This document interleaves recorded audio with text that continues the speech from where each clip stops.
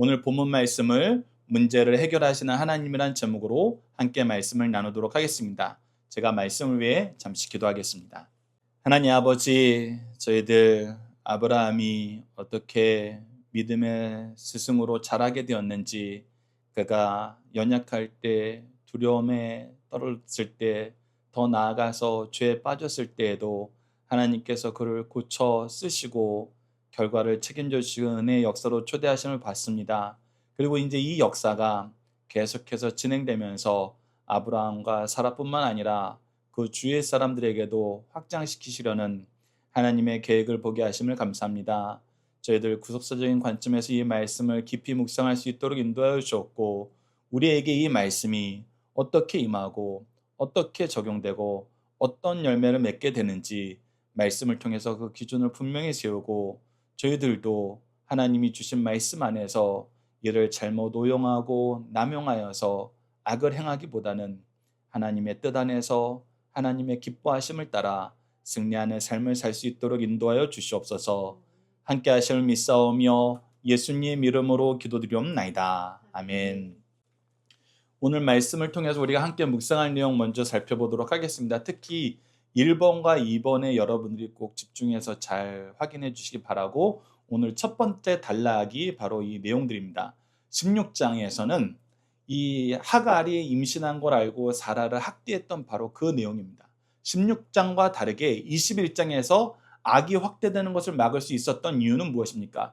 16장에서 봤을 때는 하갈은 자기가 여종되었음에도 불구하고 아이를 가진 것 때문에 자기 여주인을 학대하고, 사라는 이거에 대해서 아브라함에게 책임을 묻자 아브라함은 그걸 방관하고, 그리고 사라는 하갈을 오히려 학대하게 됩니다.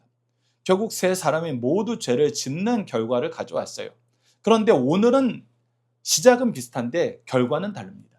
그 이유가 무엇인지 여러분 창세기 21장 11절과 베드로전서 3장 11절로 12절 말씀을 통해서 같이 확인해 주시고, 두 번째는 하나님이 사라의 요구를 들어주라고 말씀하신 이유는 무엇입니까?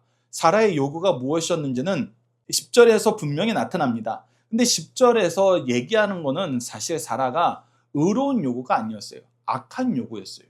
근데 하나님께서 사라의 요구를 들어주세요. 이 참 신비로운 부분입니다. 하나님 왜 그러세요? 사라 혼내야죠. 근데 하나님이 들어주라 그럽니다. 그 들어주라는 이유가 무엇인지를 여러분들이 오늘 잘 아셔야 돼요. 그것이 갈라디아서 4장 22절에서부터 23절, 29절, 30절을 통해서 확인할 것이고, 그리고 그 중요한 내용, 그러면 하나님께서 사라가 옳다라고 편들어 주신 거냐? 하나님이 그렇게 이 일을 해결하지 않습니다. 하나님이 악과 악이 서로 싸울 때 어느 한쪽의 악을 편드시는 하나님이 아니에요. 악은 철저하게 배제하십니다.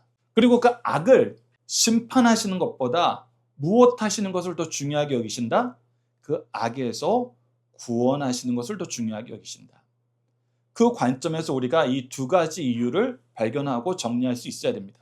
그리고 이 관점으로 우리가 세상을 볼 줄 알아야 돼요.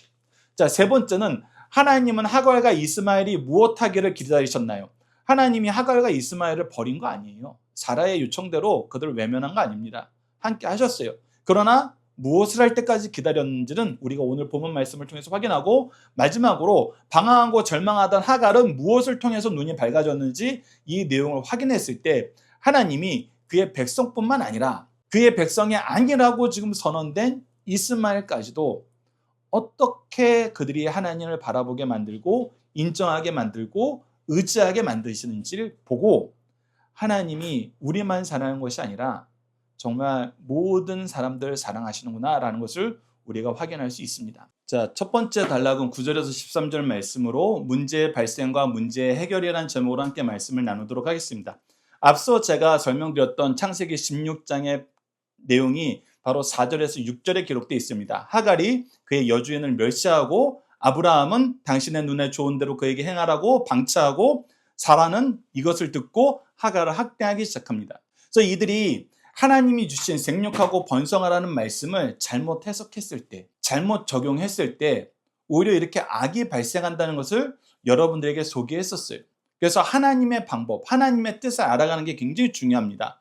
그리고 하나님께서는 이러한 실수를 처리하시는데 미리 막지 않으세요. 왜 미리 막지 않느냐는 나중에 소율의 문답 내용을 여러분들에게 다시 한번 소개할 때 우리에게 주셨던 자유의지와 하나님이 우리를 어떤 존재로 창조하셨는지를 내용을 통해서 우리가 확인할 수 있습니다. 하나님은 우리를 로봇으로 그냥 노예로 창조하신 게 아니라 우리가 하나님의 형상을 입은 왕과 선지자와 제사장으로 살 수 있도록 만드셨기 때문에 우리에게 자유의지를 주셨고 우리가 자유의지 안에서 하나님의 기뻐하심을 따를 수 있도록 하나님의 기뻐하시는 그 기쁨에 동참하도록 만드셨어요. 그래서 미리 얘기하지 않으십니다. 그런데 불구하고 우리가 알게 되는 건 뭐냐면 하나님은 우리가 잘못했던 그 모든 문제의 발생을 우리에게 책임을 묻지 않고 하나님이 책임져 주시더라는 거예요. 여러분 요즘 현대 교육이 사실은 이 성경적인 내용을 잘 따라가는 부분이 있습니다. 현대 교육이 우리가 옛날 교육은 내가 시키는 대로 해, 내가 시키는 대로 해서 가장 열심히, 가장 빠르게, 가장 효율적으로 목표에 도달하는 사람이 가장 우수한 사람이야 라고 했던 것이 사실 저희 시대의 교육이었어요. 근데 지금 현재 우리 자녀 시대에는 그렇게 교육하지 않아요. 생각해봐, 시도해봐. 그래서 내가 생각했던 방법보다 내가 시도했던 그 경험보다 훨씬 더 좋은 방법, 훨씬 더 좋은 경험을 아이들이 만들어내도록 유도를 해요. 그것이 우리가 소위 말하는 창의력 학습이었고 창조적인 사람을 만드는 교육이었어요. 그래야지 새로운 삶을 열어갈 수 있다는 거예요. 그래야지 자주적으로 더 많은 일들을 해낼 수 있다는 것입니다. 그러면서 부모들에게, 그러면서 스승들에게 요구하는 건 뭐예요? 그들이 잘못했은 걸 책임질 수 있는, 책임지고 그들이 다시 일어설 수 있는 토대를 마련해 주는 게 중요하다는 거예요. 근데 하나님이야말로 그렇게 합니다. 그래서 이 잘못 속에서도 하나님은 어떻게 하시느냐? 16장 9절에서 12절을 보면은 하나님께서 하갈로 하여금 돌아가서 너의 여주인에게 복종하라고 하면서 그 하갈에게도 언약을 주세요. 네 씨가 내가 그로 하여금 큰 민족이 되게 할 것이고 그의 이름을 내가 이스마엘이라고 약속한 대로 지어주어라 라고 얘기해요. 그리고 이 지어준 대로 하갈에게 이스마엘이라는 이름을 가르쳐 준 대로 아브라함이 하갈을 통해서 난 아들에게 이 이스마엘이라는 이름을 줘요. 이 얘기는 무슨 뜻이에요? 하갈이 광야에서 경험했던 하나님의 인도하심, 하나님의 약속을 아브라함과 사라에게 알려주었다는 거예요.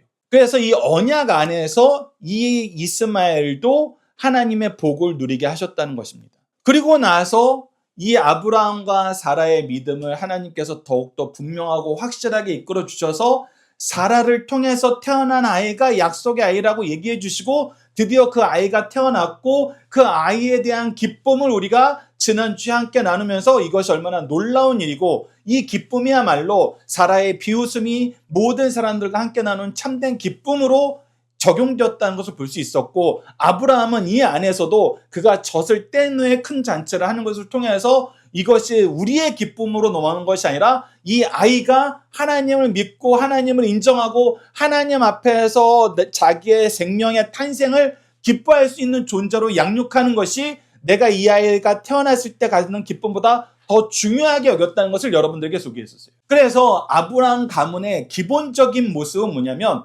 우리가 하나님으로 말미암아 기뻐하는 가문이다라는 것을 전하는 거였어요. 그런데 오늘 이 16장과 비슷한 문제가 발생합니다. 문제의 시작은 우리가 16장에서는 하갈이었어요. 그런데 21장에서는 그 문제의 시작이 하갈의 아들 이스마엘입니다. 그것이 바로 창세기 21장 9절에 나타납니다. 창세기 21장 9절 우리 함께 읽어봅시다. 시작.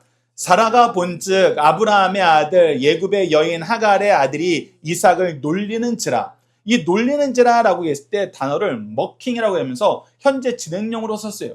이게 영어에서는 현재 진행형으로 써서 계속 반복되고 있다는 모습이고 히브리어 원어에서는 복수로 써서 이게 여러 번 한두 차례가 아니라 계속되고 있다는 거예요. 근데 여기서 놀리는 건 무엇이냐면 하나님께서 이삭을 통해서 너희에게 웃음을 줄 것이다. 하나님이 주시는 참된 복을 줄 것이다 라는 걸 가르쳐 줬는데 그것을 우리가 창세기 21장 6절에서 8절을 통해서 확인할 수 있었는데 이 이스마엘은 하나님이 주신 이 기쁨에 동참하는 것이 아니라 뭐 한 거예요? 자기가 원하는 기쁨을 만들기 위해서 비웃는 거예요. 우리 겉모습은 웃는 거 똑같아요. 그런데 이삭과 함께하고 사라와 아브라함이 그 가문에게 주고 싶었던 기쁨은 하나님 안에서 기뻐하는 거였고 이 이스마엘이 가지고 있는 기쁨은 자기 안에서 자기가 원하는 기쁨을 위해서 이삭을 비웃는 거였어요. 이 차이가 엄청나게 큰 차이입니다. 그리고 여러분들, 우리가 지난주에 젖됐다는 그 나이대가 어느 정도일까 여러분들하고 나눈 적이 있어요. 그게 어느 정도였죠? 보통 4세에서 8세 사이. 그 가운데인 6세를 생각하더라도 여러분들, 이삭이 6살이면 이스마엘은 몇 살이에요? 우리가 지난주 걸쳐서 이 하갈을 통해서 아브라함이 아이를 낳은 게 언제인지를 여러분들하고 함께 성경 말씀을 통해서 나눴었어요. 언제였죠? 바로 이 가나안 땅에 정착한 지 10년 된 때였어요.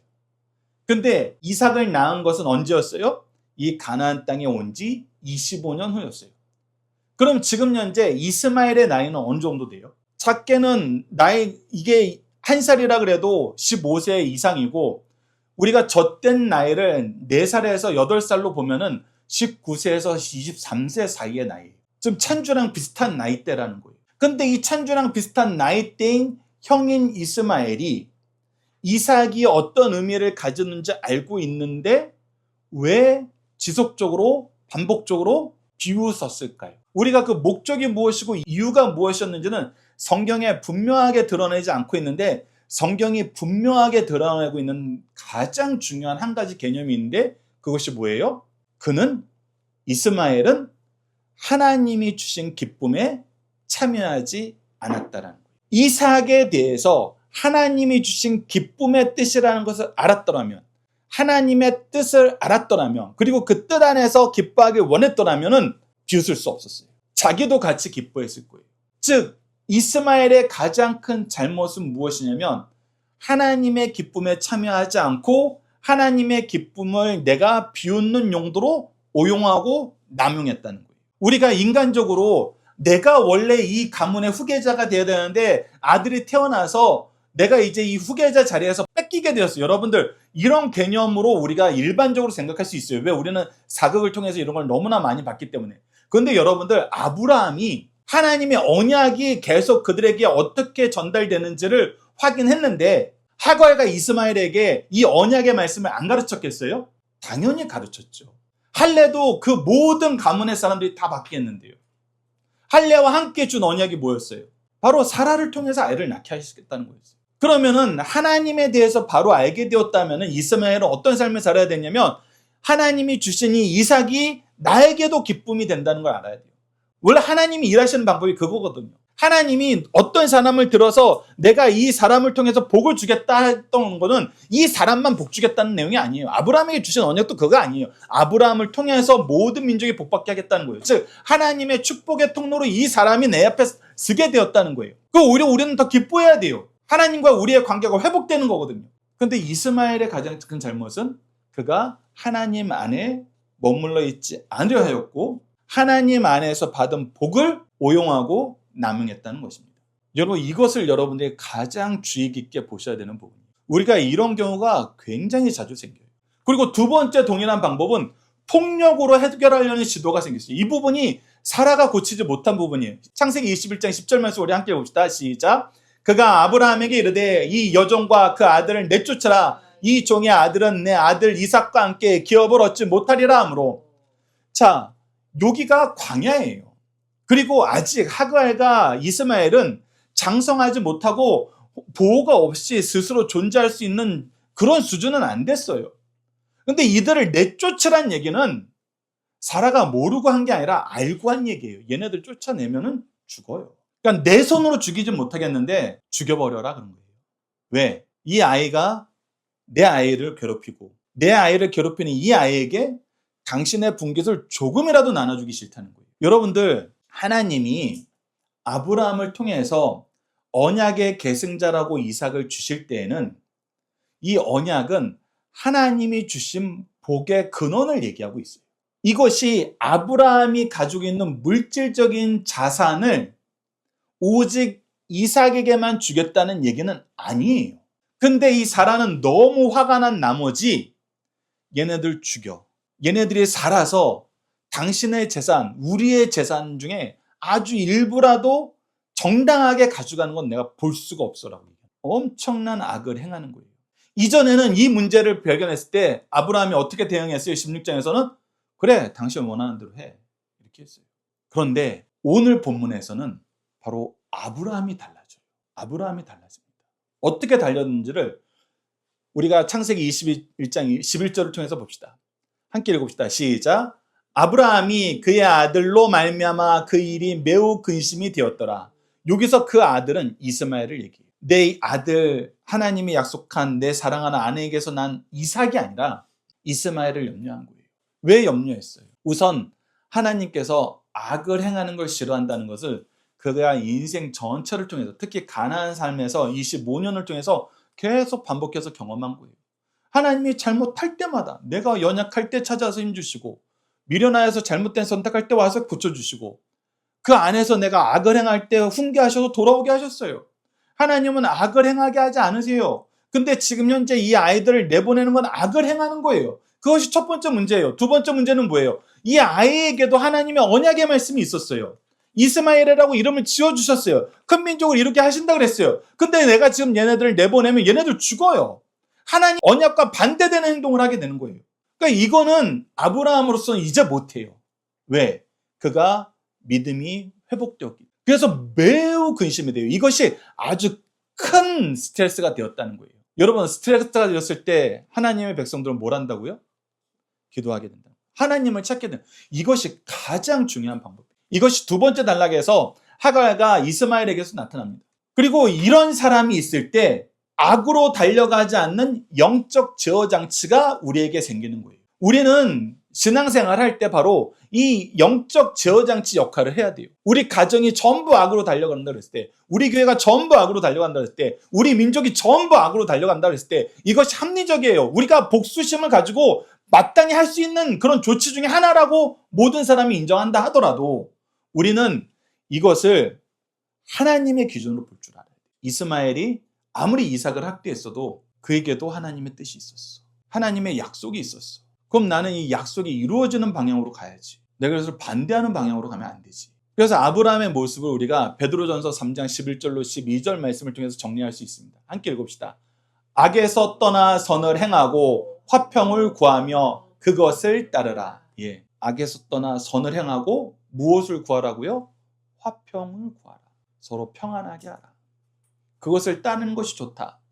그랬을 때 어떻게 한다? 주의 눈은 의인을 향하고 그의 귀는 의인의 간구에 기울이시며 주의 얼굴은 악행하는 자들을 대하시느니라. 즉 하나님께서는 의인의 간구를 듣고 그들을 위해서 일하시고 그들보다 먼저 준비하고 계셨고 오히려 악행하는 자들은 심판하신다는 거예요.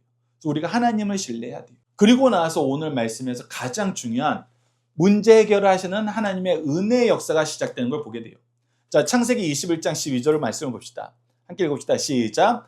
여종으로 말미암아 근심하지 말고 사라가 내게 이른 말을 다 들으라. 이삭에게서 나는 자라야 넷시라 부를 것입니다. 자, 이게 굉장히 우리가 일반적인 인간의 감수성을 가지고 인간의 윤리의식을 가지고는 정말 해석하기 힘든 거예요.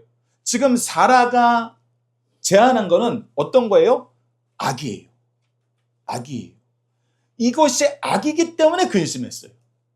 근데 하나님께서 근심하지 말고 사라의 말을 들으래요. 그런데 들어주는 이유가 무엇이냐면 바로 이것을 알려주기 위한 거란 거예요. 이삭에게서 나는 자라야 내 씨라 부를 것입니다. 하나님께서 어떤 사람이 믿음의 후손이 되는지를 분명히 알려주기 위해서 지금 잠깐 이 사라의 악함을 사용하신다는 거예요. 앞서 말씀드렸다시피 하나님이 악함을 사용한다 그래서 악함을 용인하는 거 아니에요. 하나님이 해결 방식은 뭐예요? 모든 사람이 악에서 벗어나는 방법을 해결해요. 그래서 사라도 악에서 벗어나고 하갈과 이스마엘도 악에서 벗어나는 방법을 하나님은 해결을 하세요.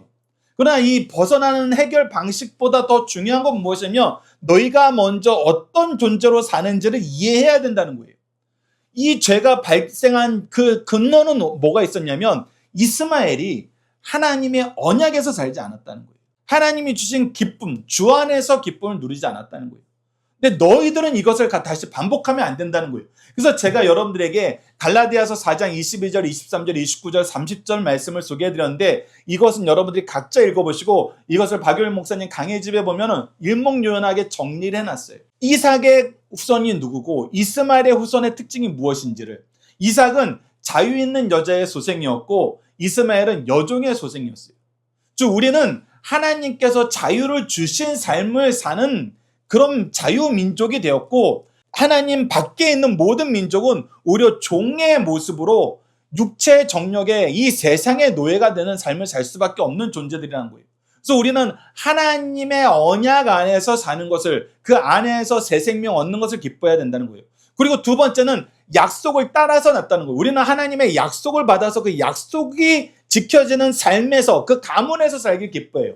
그러나 세상은 육체의 정욕을 따라서 내가 원하는 목적은 어떤 방식으로든 이루어야 돼라는 그런 당위성에서 대부분 삶이 이루어진다는 거예요. 이 시대를 살면서 우리가 세상 교육과 교회 교육의 가장 큰 차이는 뭐냐면 교회 교육은 하나님의 약속 안에서 살아 그러는데 세상 교육은 너희들의 욕심을 채울 수 있는 가장 합리적이고 좋은 방법은 이거야 라는 걸 소개한다는 거예요.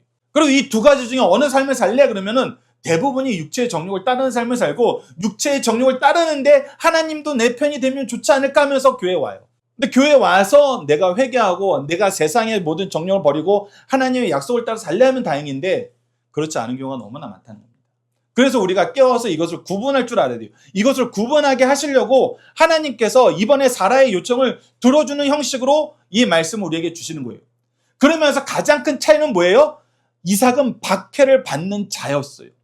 이스마엘은 박해를 하는 자였어요. 지금은 이스마엘이 벌 받는 것 같지만 여러분 본질은 하나님의 약속에 있는 자녀들이 박해를 받아요. 이삭이 이스마엘을 박해한 적 한 번이 없어요. 그리고 나서 이 차이가 뭐라 그러냐면 언약 안에 있는 사람들 성령에 따라서 났다고 보고 이스마엘은 육체를 따라서 난 자라고 해요.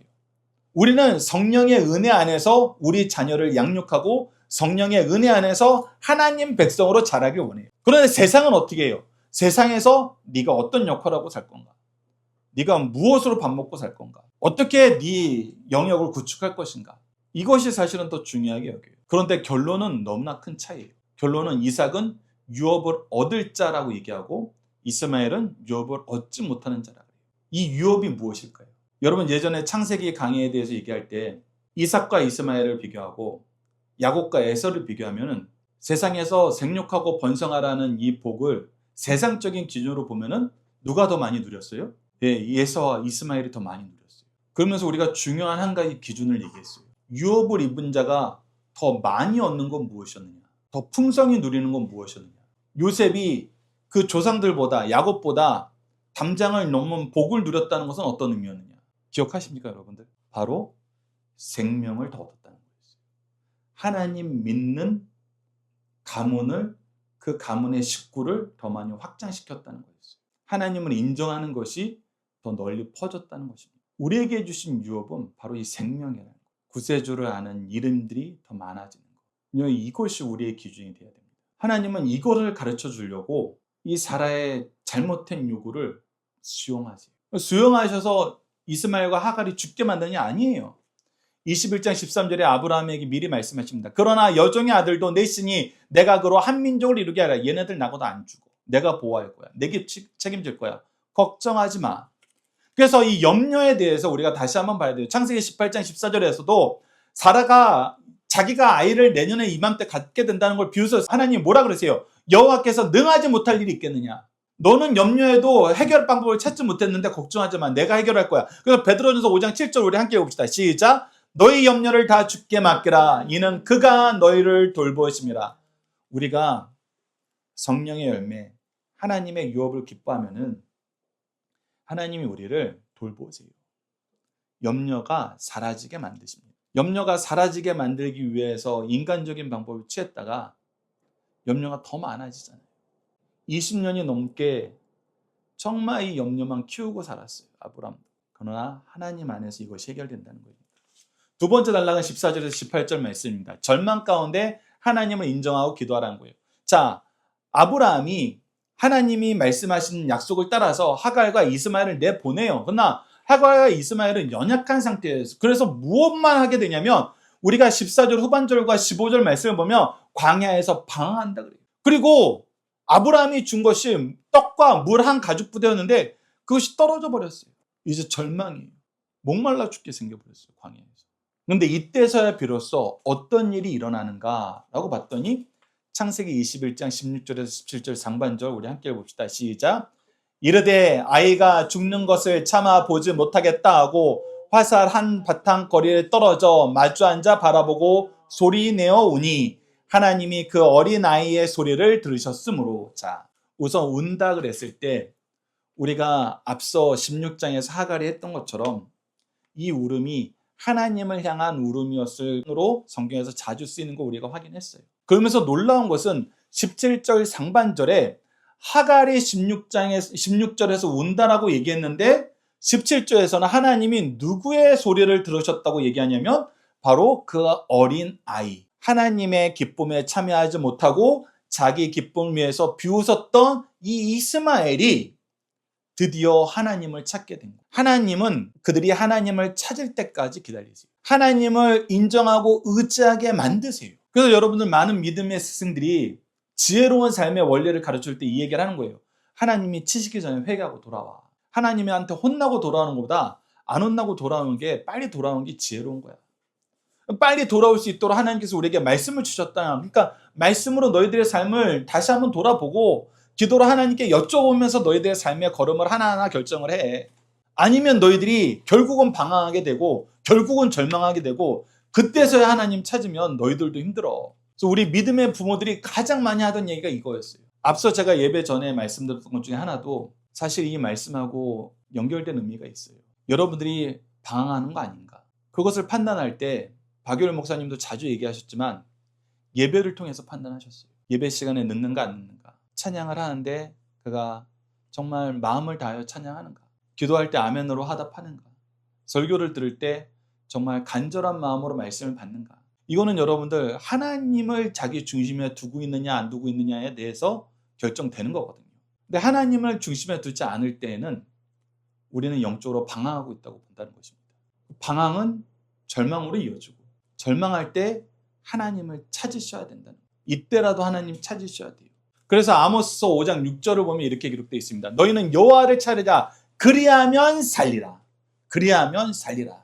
반대로 그렇지 않으면 그가 불같이 요셉의 집에 임하여 멸하시리니 베델에서 그 불을 끌 자가 없으리라. 너희들이 하나님의 심판 앞에 하나님의 뜻에 벗어난 삶을 살면서도 회개하지 않으면, 그를 찾지 않으면, 그에게 돌아가지 않으면 결국 너희들의 절망은 멸망으로 이어진다는 거예요. 방황이 절망으로, 절망이 멸망으로. 이것을 끊기 위해서 어떻게 해야 된다? 하나님께 기도해야 된다.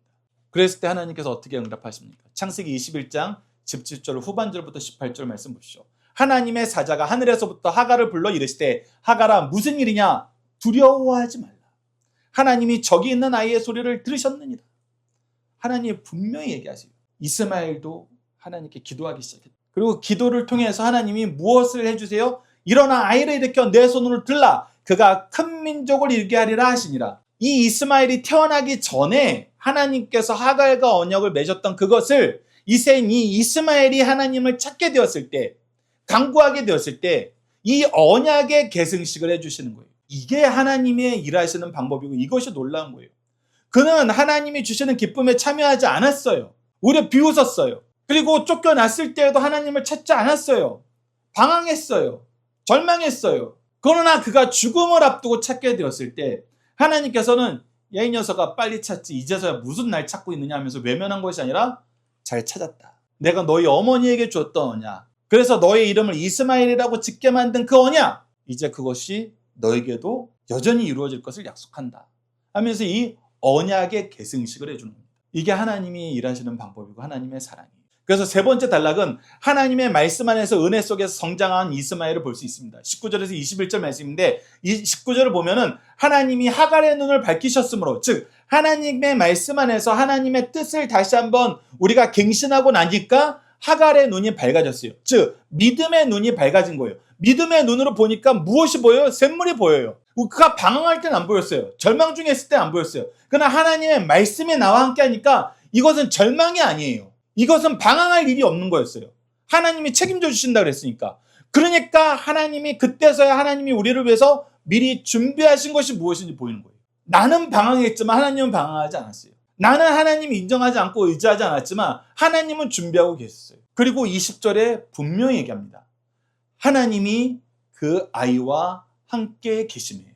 여러분, 이 얘기는 하나님이 이렇게 일하셨어 라는 것을 선언하기도 하지만 하갈과 이스마엘이 그들의 인생 전체를 걸쳐서 하나님이 나와 함께 하셨어 라고 인정하게 만드셨다는 거예요. 하나님이 나에게 주신 언약을 이루셨어 라고 인정하게 만드셨다는 겁니다. 그리고 그 약속은 16장에서 17장에서 이미 하나님이 반복적으로 선언했어요. 16장 12절은 앞서 살펴봤으니까 17장 20절 말씀 제가 읽어드리겠습니다. 이스마엘에 대하여는 내가 내 말을 들었나니 내가 그에게 복을 주어 그를 매우 크고 생육하고 번성하게 할지라. 그가 12두령을 낳으리니 내가 그를 큰 나라가 되게 하리라. 아브라함이 하나님 뭐 이제서 또 아들을 주신다 그래요. 이스마엘 이미 잘 컸잖아요. 이스마엘 후계자로 삼아주세요 했을 때 아니다 라고 얘기하면서 이스마엘을 그래서 내가 버리는 존재냐, 내가 미워하는 존재냐? 아닙니다. 그에게도 복을 준다. 걱정하지 마라. 우리가 앞서 이 말씀을 살펴볼 때 이미 아브라함에게 주셨던 창세기 12장 2절로 3절 모든 민족이 너로 말미암아 복을 얻으리라는 이 말씀의 성취도 같이 이루시는 것을 우리가 확인할 수 있었어요. 그리고 나서 제가 오늘 좀 더 여러분들이 말씀을 깊이 있게 묵상할 때 좀 더 살펴봤으면 좋은 게 바로 21절입니다. 21절의 마지막 이 이스마엘의 이야기를 이렇게 마무리합니다. 그가 바람 광야에 거주할 때 그의 어머니가 그를 위하여 애굽 땅에서 아내를 얻어 주었더라. 자, 우선 아내를 얻어 주었다는 것은 그를 통해서 큰 민족을 이루겠다라는 하나님의 언약을 이 하갈 입장에서 실천하려면 어떻게 해야 돼요? 빨리 가정을 이루어야 돼요. 가정을 이루게 하는 그 내용을 실천한 거예요. 근데 하필이면 뭐가 있어요? 애굽 땅에서라는 부분이 있어요. 애굽 땅에서. 왜 하필이면 애굽 땅이었을까? 이거에 대해서 두 가지 견해가 있습니다. 첫 번째는 다시 세상으로 돌아갔다는 경우예요. 왜? 이 하갈이 애굽 출신이거든요. 애굽 사람들은 아직 하나님을 믿지 않아요. 아브라함과 사라가 애굽에 들어가서 자기 아내를 자기 누이라고 속였을 때 하나님께서 그 바로의 가문을 또 심판하실 때 그에게 줬던 재물을 다 같이 줘서 보낼 때 이 하갈이 같이 오지 않았을까라고 많은 학자들이 생각을 해요. 여전히 그들이 하나님의 권능을 경험했지만 하나님을 믿는 존재들은 아니에요. 그렇기 때문에 애굽에서 아내를 맞았다는 것은 이 하갈이 세상으로 돌아갔다는 견해가 아닐까. 왜 그러냐면 이 이후에 나오는 이삭과 야곱의 결혼의 모습을 보면은 아브라함과 이삭이 가장 중요하게 여기는 게 뭐예요? 하나님 아는, 하나님 믿는, 하나님 인정하는 가문의 여자를 데리고 와라. 그렇지 않으면 안 된다. 이 가나안 땅 사람들은 우선은 하나님을 알고 있어요. 멜기세덱의 경우를 통해서 우리가 볼 수 있다시피 이 땅에는 하나님의 선지자도 있어요. 그런데도 불구하고 이 가나안 땅 사람들은 마음이 안 놓인다는 거예요. 어떻게 해서든 하나님을 인정했던 그 아버지의 가문 사람들, 내 친척 가문 사람들을 데리고 와서 같이 결혼을 해서 하나님을 믿는 가문으로 시작하라 그랬어요. 그런 가정을 이루라 그랬어요. 물론 야곱 때에는 바뀌어요. 야곱의 12아들 때에는 여러분들 결혼해서 신경 안 씁니다. 이것을 우리가 어떻게 해석할 수 있냐면 이것이 믿음의 공동체의 형성 과정에서 우리가 이런 일이 생겼다는 걸 볼 수 있어요. 믿음의 공동체가 연약할 때 한두 사람일 때는 그 결속이 중요해요. 전통을 만들어가는 게 중요해요. 믿음의 삶을 사는 게 중요해요. 그래서 부인이 반드시 믿는 가문의 사람이 와야 돼요. 그러나 이미 12명이 됐을 때는 이 믿음의 가문으로 다른 사람들이 들어오는 거예요. 믿음의 전통을, 하나님의 말씀을 지킬 수 있는 토대가 마련된 상태에서 받아들이게 되는 거예요. 그래서 이건 시기적인 문제, 숫자적인 문제로 받아들일 수 있고 가장 중요한 거는 지금 현재는 하나님을 아는 사람을 받아들이는 것이 하나님의 언약 안에서 하나님의 축복을 더 많이 누릴 수 있는 가장 좋은 방법이에요. 그런데 하필이면 애굽 땅에서 멜기세덱 그 권속들에서 데리고 오든지 아니면 가나안 땅에서 이 아브라함이 머물렀던 헤브론 족속 같은 경우는 아브라함을 인정하고 하나님을 인정하는 사람들이니까 거기서 데려오든지 할 수도 있었을 텐데 애굽으로 갔던 것 때문에 다시 세상으로 돌아갔다는 견해고, 두 번째는 아브라함의 근심을 해결하기 위해서 행동했다는 견해예요. 왜 그러냐면 아브라함이 이 아이가 하나님의 언약 안에서 생육하고 번성한다고 말씀했는데 이 아이가 여전히 혼자 살고 어렵게 살아봐요. 어려움이 있겠죠. 그래서 이 아이가 빨리 혼약을 해서 아이를 낳게 하려고, 그래서 아브라함의 근심을 덜어주려고 이 선택을 했다는 견해가 있습니다. 근데 이 두 가지 견해가 가지고 있는 공통점은 뭐냐면 전부 다 세상적으로 하나님의 언약을 해석했다는 거예요. 앞서 말씀드렸던 대로 숫자적으로 생육하고 번성하는 게 주였으면은 이삭보다는 이스마엘이, 야곱보다는 에서가 훨씬 더 큰 복을 받았어요. 중요한 건 뭐였어요? 영적으로 하나님 믿는 사람의 확장이었어요. 그래서 우리는 하갈하고 다르게 어떤 삶을 살아야 되냐 했을 때 마태복음 6장 33절에서 예수님께서 얘기하신 것처럼 그런즉 너희는 먼저 그의 나라와 그의 의를 구하라. 하나님 나라와 하나님의 뜻, 하나님 믿는 사람의 확장을 우리가 생각해야 돼요. 그래서 여호수아서 23장 6절에서는 그러면 너희는 크게 힘써 모세의 율법책에 기록된 것을 다 지켜 행하여. 그래서 우리가 가문을 이루었을 때 가장 중요하게 여기는 거, 가장 근원적인 건 뭐냐면 말씀을 지켜 행하는 거예요. 그 말씀에서 벗어나지 않는 거예요. 그러기 위해서 여호수아에서도 전쟁을 앞둔, 가장 큰 전쟁을 앞둔, 민족적인 전쟁을 앞둔 이 사람들이 가장 열심히 하는 게 뭐냐면 말씀을 보는 거였어요. 예배드리는 거였어요. 하나님이 왜 이렇게 가나안 땅에 들어가는 이스라엘 민족을 인도해 주셨는지 여러분 현대적으로도 잘 해석하셔야 돼요. 우리에게 절대절명의 가장 중요한 일이 앞두고 있어요. 그럼에도 불구하고 하나님은 너희들이 그 안에서 하나님의 은혜 안에서 승리하는 삶을 살려면 하나님의 뜻을 따르는 것이 더 중요하다. 말씀으로 사는 게 중요하다. 하나님과 동행하는 예배에 참여하는 것이 더 중요하다. 그의 나라와 그의 의를 구하는 것이 중요하다라고 얘기하고 있는 거예요. 여러분들도 문제는 언제든지 발생할 수 있어요. 그러나 중요한 건 뭐라고요? 문제 해결을 하나님 안에서 하는 거예요. 하나님 뜻 안에서 하는 거예요. 하나님 방법으로 하는 거예요. 그러지 않으면 은혜는 누리는데 가장 핵심적인 알맹이, 영생, 생명, 그리스도인 되는 걸 잃어요. 여러분들 이번 주에 성탄의 기쁨을 나눌 때에도 이것을 잃으시면 안 돼요. 본질을 가진 상태에서 즐거움을 확장하십시오. 이것이 우리에게 주신 하나님의 은혜의 역사입니다. 우리 자녀들과 함께하는 기도 훈련 내용을 통해서 함께 기도하도록 하겠습니다. 언제나 우리보다 먼저 준비하시며 동행하여 인도하시고 결과를 책임져 주시는 아버지 하나님, 우리가 하나님 말씀을 의지하며 그 말씀 안에서 살려고 할 때 우리의 연약함과 미련함과 악함을 이길 수 있도록 힘주시고 가르치시고 교훈하여 주심을 감사합니다. 이렇게 놀라운 하나님의 은혜 안에 살다가도 우리의 감정과 이익과 욕망을 위해서는 너무나 쉽게 하나님의 뜻을 떠나고 말씀을 오용하고 남용하여 도리어 받은 은혜로 악을 행함을 용서해 주소서. 우리가 먼저 말씀에 붙들려 악을 이기는 힘을 얻도록 인도하여 주소서. 때로는 우리가 연약하고 미련하고 악해지더라도 믿음의 공동체 안에서 좋은 영적 부모를 통해 악을 제어하고 악에서 돌이켜 회개의 열매를 맺을 수 있도록 도와주소서. 우리도 누군가에게 믿음의 스승이 되어서 하나님께 기도함으로 죄를 이기는 가정과 교회가 세우도록 도와주소서. 예수님 이름으로 기도드립니다. 아멘.